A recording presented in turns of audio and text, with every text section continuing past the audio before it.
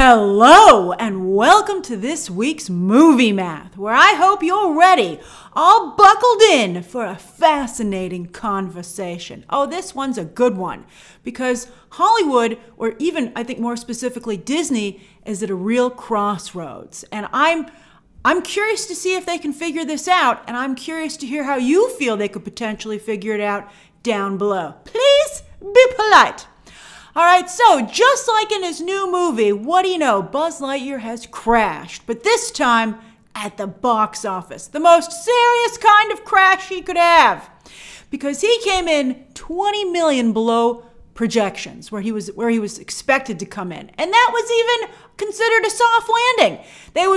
Hollywood was hoping he would at least match Sonic 2's debut earlier this year, but that was a far cry from Pixar's recent pre-pandemic opening weekends, particularly for films that were part of a larger franchise. So, this is not good. All right, so first, let's address the rainbow elephant in the room, and that's that some will argue that the LGBT couple and kiss featured in the film is to blame. And I think that while that likely is having some impact on the box office, I mean, it's certainly having an impact overseas because the film is outright banned in several countries. And I think the domestic box office was probably impacted as well, to a degree, but it's impossible for us to know what that degree is because there are so many other factors in play. In fact, I would compare this to what happened recently with Fantastic Beasts 3, which also featured an LGBT storyline, even more prominent. I like both characters and storylines so much. But anyway, Fantastic Beasts 3 also had a fan favorite actor replaced and was also poorly reviewed, and also wasn't the overall direction that fans wanted to see the franchise go in. So as companies, particularly Disney, add LGBT content to mainstream family entertainment, I think our first real good test, like a good clean test, will be Strange World, as this is a new potential franchise with no baggage that it brings to the table, and it features an openly LGBT lead character, one of the main characters. So the only real hurdle here to a good test are the reviews. If it can get a strong RT score, I think we'll have a very good first test, as I said, as to seeing how LGBT fares in the mainstream family market. Hollywood has a responsibility here. That's one of the things. That's like the main thing that we're discussing here.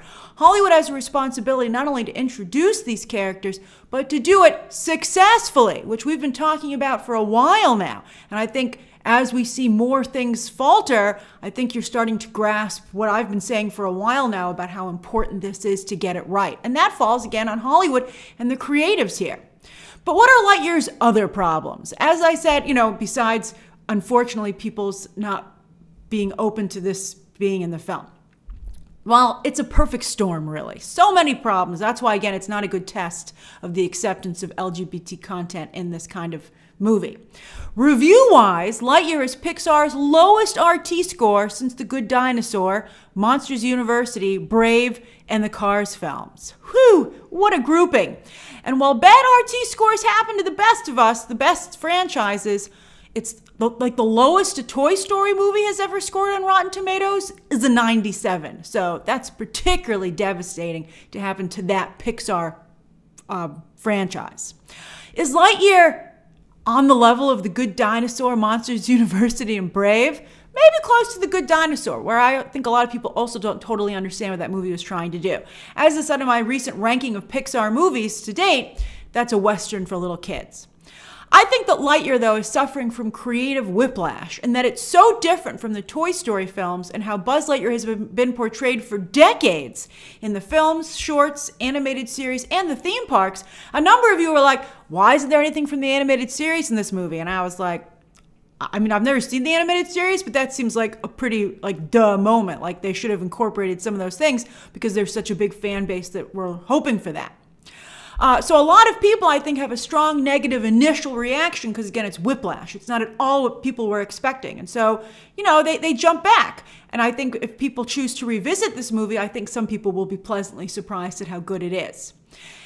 I think that time will be kind to Lightyear. I think as people, again, as I said, revisit the film, they'll be like, you know what, it wasn't as bad as everyone said. But I also think this is another prime example of how dangerous it can be to subvert audience expectations when it comes to the franchise business. And that's not to say there's no room for creativity and trying new things. In fact, that's what you need to do to keep franchises feeling fresh. But you can't forget the foundation that the franchise is built on. Yeah, that's the core. That's why it's called the foundation. And you build the new stuff on top of that. Like Pixar and Disney are trying to turn Lightyear into a man. Look at this meet and greet from this weekend at Disneyland. He's not a man. He's a toy. It took the whole first movie for him to accept that. Now you're trying to change the game? He's also a toy voiced by Tim Allen. And as good a job as Chris Evans does, Chris Evans is phenomenal here. And he did seem to bring some people to the theater. I don't think he brought as many maybe as Pixar hoped, as you can see from the box office, but he did a nice job. And I think the main reason they probably switched Chris Evans in for Tim Allen was that Chris Evans is Captain America, and he's a really big star today, whereas Tim Allen hasn't been a big star for quite some time. He was a huge star when he was first cast in Toy Story. But Tim Allen is Buzz Lightyear, not just with his voice, but what he brings to the table as a performer and a creative voice in the mix behind the scenes. Again, if you watch the new documentary on Disney Plus about the evolution of Buzz Lightyear, and if you've seen the film, you can check it out. It's kind of spoilery, but it's very good. But they showed how Tim Allen helped create Buzz. He didn't just voice Buzz, he helped create him. And it added some key elements to his persona and how he was portrayed in that first film.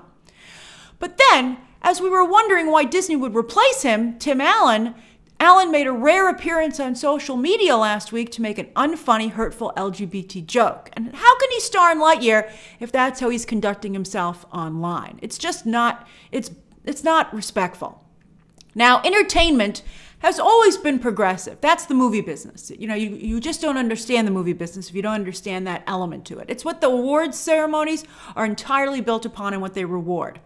But the best, most successful examples of what Hollywood does in that regard is the ones that aren't preachy, the ones that almost do it subversively by simply telling a good story that opens people's eyes or changes the way they think, or finding the right talent to break those barriers down. But it seems, especially these days, that Hollywood doesn't want to do the work to find the right stories or the right talent.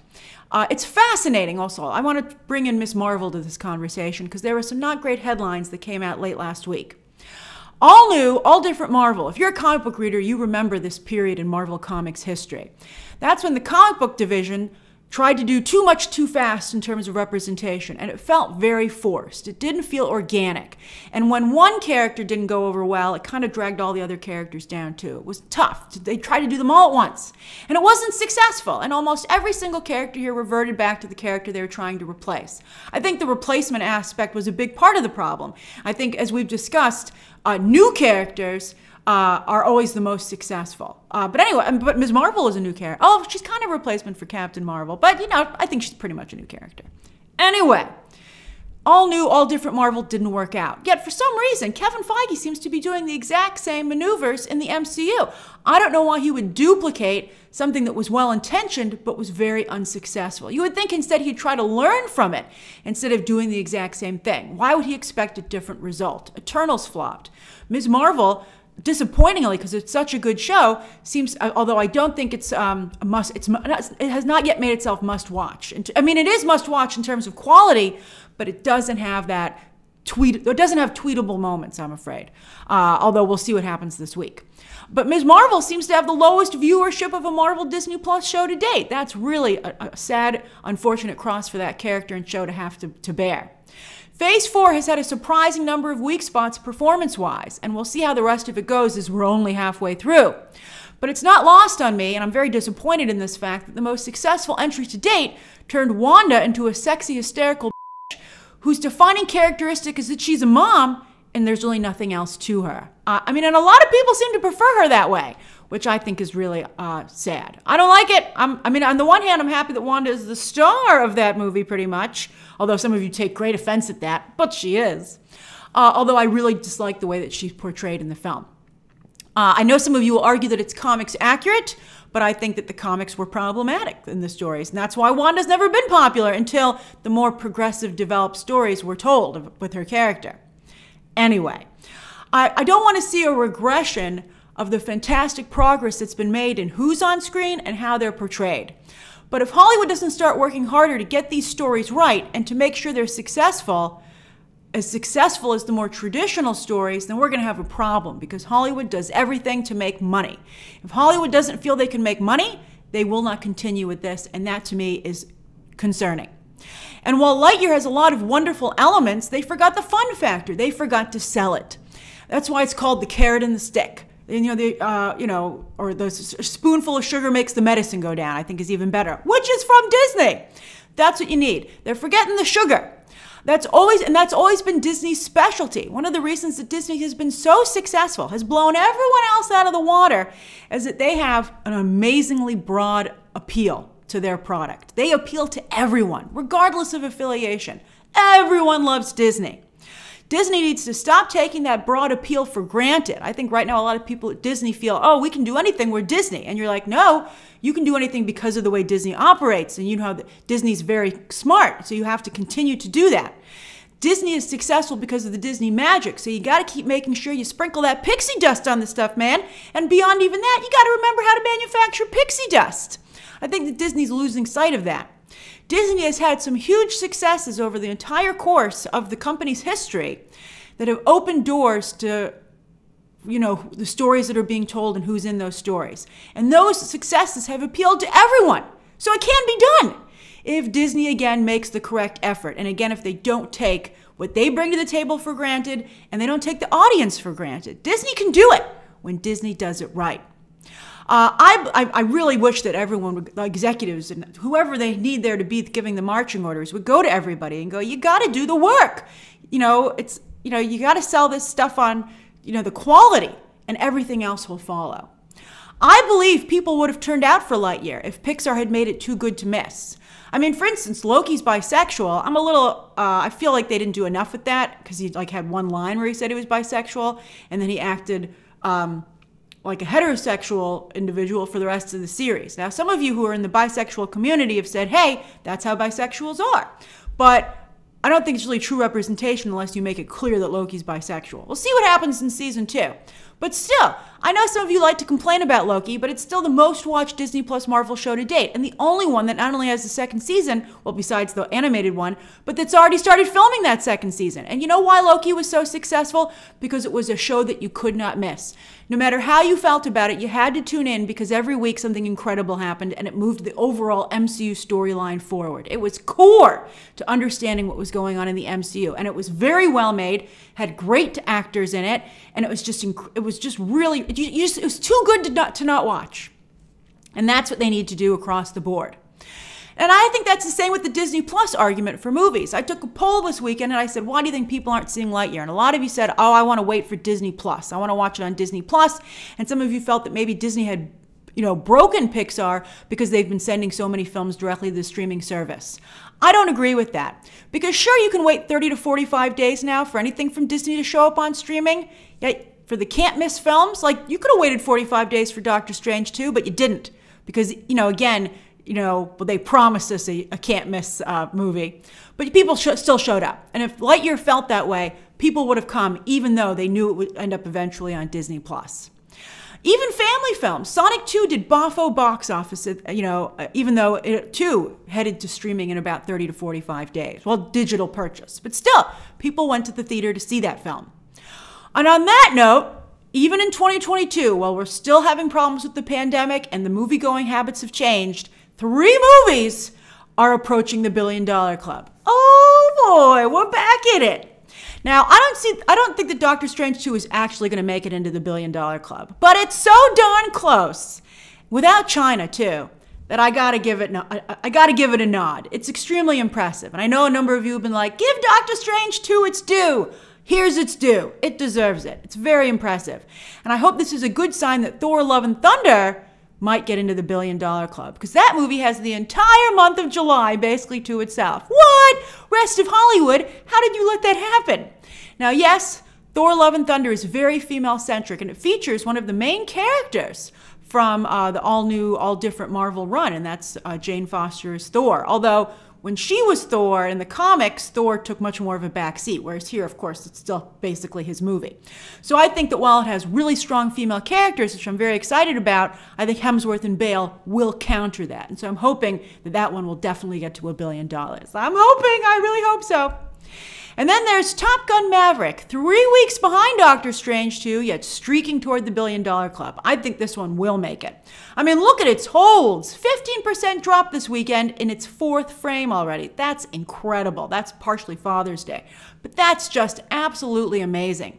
It's already the highest grossing film domestic of the year, passing Doctor Strange 2 domestically, and the biggest movie of Tom Cruise's career. That's fantastic. And again, as I said, I think it will reach $1 billion. And in just 3 weeks globally, 2 domestic, Jurassic World Dominion's already at $622 million, with a solid hold in its second weekend, a little under 60%. That's very impressive. I think it could easily hit $1 billion before Minions hits theaters. Let's see what that box office is. That's animation. That's family friendly. Again, Universal. So it could make $1 billion before that, but I think it has a very strong chance, even stronger, of making $1 billion before Thor hits, because Jurassic World Dominion will have the whole 4th of July holiday because for some reason Thor gave it to them. But Thor has all of July, so everybody's making money. And so yes, that's another problem for Lightyear. Pixar put a Space Ranger up against dinosaurs and fighter jets, yet while those movies are high on fun, Lightyear is not. I can't believe they forgot the fun. I liked Lightyear too, but when I put my business hat on, oh, it's got problems. As for the rest of the top 10, after Jurassic, Lightyear, and Maverick, what a top 3. What a trio. It's like the Father's Day trilogy. That's great. The rest took which movie did you take your father to? I took my father to Lightyear, and he loved it. He really, really loved it. So he actually didn't see Jurassic, but he loved Top Gun Maverick too. But he didn't get to see Jurassic. But anyway, the rest took a sharp drop. In fact, the UK comedy Brian and Charles, coming out of Sundance, was able to debut in the top 10, even though it just made about $200,000. That's ridiculous! And still goes to show that the box office has a long way to go in terms of recovery across the board. And I don't know if it'll ever totally recover because streaming has become so strong. All right, over in streaming. Let's go over to streaming. We'll start with Nielsen, as always, for mid-May, where, yikes, Disney Plus, the week before Obi-Wan debuts, doesn't have a single show in the top 10. Oh, man, that's so bad. Moon Knight's nowhere to be seen. What's going on, man? Even Hulu and Amazon got a show in there. Whew, ouch. And in movies, another bit of an ouch for Disney Plus, as Chip 'n Dale Rescue Rangers, in its debut, couldn't unseat senior year in its second weekend. Oh, man. And neither of those has particularly good numbers, by the way. I mean, Chip 'n Dale's not only number 2, but it's a soft number 2. No wonder we haven't seen anything about Chip 'n Dale 2. I thought for all the chatter that was online, it would have been stronger. But it's not. That's weak. Over on Netflix's charts, woo, here's some strength. Look at Hustle have a slam dunk for last week in the top 10, with a big lead on all the other movies. And it couldn't have happened to a nicer movie. It's definitely a streaming movie, but it's pretty good. I liked it. And another win for Adam Sandler's much underappreciated dramatic chops. The man can act, damn it. He can act. It was a good movie. I liked it. I thought it was a good thing to put with Winning Time, because that was all about the business of basketball, whereas this very much focused on what it takes to be a professional basketball player. I mean, that element is in Winning Time as well, but I really liked seeing how basketball players train and what they need to keep in mind and what it's like from their perspective. I thought that was excellent in that regard. It's definitely still a streaming movie. Then with shows, Stranger Things is still dominating 3 weeks out. Have you finished it yet? I know some people who are still working their way through it. It's driving me crazy. I'm like, part 2 is right around the corner. When are you going to finish this thing? And I think it's pretty clear they're going to finish it right before part 2 drops. And on iTunes, Morbius became available to rent and shot back up towards the top, although it did not really ever come together, I'm afraid. I'll admit it, Morbius just did not work out. But Sony's continuing with that strategy of making Spider-Man-less Spider-Man movies. While the rest of the top 10 is made up of recent theatrical releases, plus Dog, which is on sale, which was kind of recent. But anyway, this shows how much the pandemic has changed the movie business, as a huge audience has developed who is happy to wait anywhere from 17 to 45 days to watch the latest movies. And you see that reflected in the iTunes top 10. Now, on that note, as for this coming week, Warner Brothers has Elvis, which is 2 hours and 40 minutes. Whew, that's long. That's real long. And Universal's The Black Phone, both hitting theaters. And we'll see if audiences feel these are worth a trip to the multiplex, or if they'll just wait anywhere from, I don't think either of those movies will hit in 17 days, but anywhere from 30 to 45 days to watch digitally. How about you? Are you planning to see either of those movies in theaters, or are you just going to wait to watch digitally? Speaking of digitally, big week. Big week. On Wednesday, Obi-Wan has its finale. Let's hope something happens. A new episode of Ms. Marvel drops, the first one that critics have not seen, so it's new to all of us. And then Doctor Strange 2 also drops on Disney Plus that day at no extra cost. Speaking of Doctor Strange 2. And then for some dumb reason, Netflix decided to drop Umbrella Academy Season 3 the same day. Why not Monday why not today or Tuesday? When, there's no big shows dropping. Why would they do it on Wednesday? Or it makes no sense. All right, so anyway, Thursday has The Bear start on Hulu. That is like some small drama about a guy goes home to Chicago to take over a family restaurant with a death in the family. But there's like no stars in it. And I don't know why it's called The Bear. Bad marketing. But that starts on Hulu if you'd like to try it. Then HBO Max has The Gordita Chronicles, which I feel the elevator pitch was The Goldbergs, but for Latino audiences. And let's see how that does. The Goldbergs is still on the air. It's been on the air for quite some time. Then on Friday, I'm so happy for her, Maya Rudolph gets her own comedy on Apple TV. And let's see if she's as successful as some of her fellow SNLers like Bill Hader and Jason Sudeikis, who himself is on Apple TV. So it's fun to see one of the female SNL performers. I mean, Amy Poehler and Tina Fey both had incredible runs, but in this new age of like prestige streaming shows, I'm excited for Maya Rudolph to see what she can do. Amazon has a UK thriller called Chloe, and then Netflix came to play on Friday. They've got Money Heist Korea, Kevin Hart's new movie The Man from Toronto with Woody Harrelson, and the return of Rowan Atkinson with new series Man vs. Bee. That could be big. That could be really, really big. And for some reason, Netflix has decided to advertise none of this. It's crazy. All right, so or even Umbrella Academy, which starts on Wednesday. That's nuts. All right, so that's this week's movie math. What have you been watching? What do you plan to watch? And what do you think of Lightyear's box office debut? How can Disney keep telling new stories and expand who's in those stories successfully? Share your thoughts down below, subscribe today, and of course, as always, you can check out some more videos right now.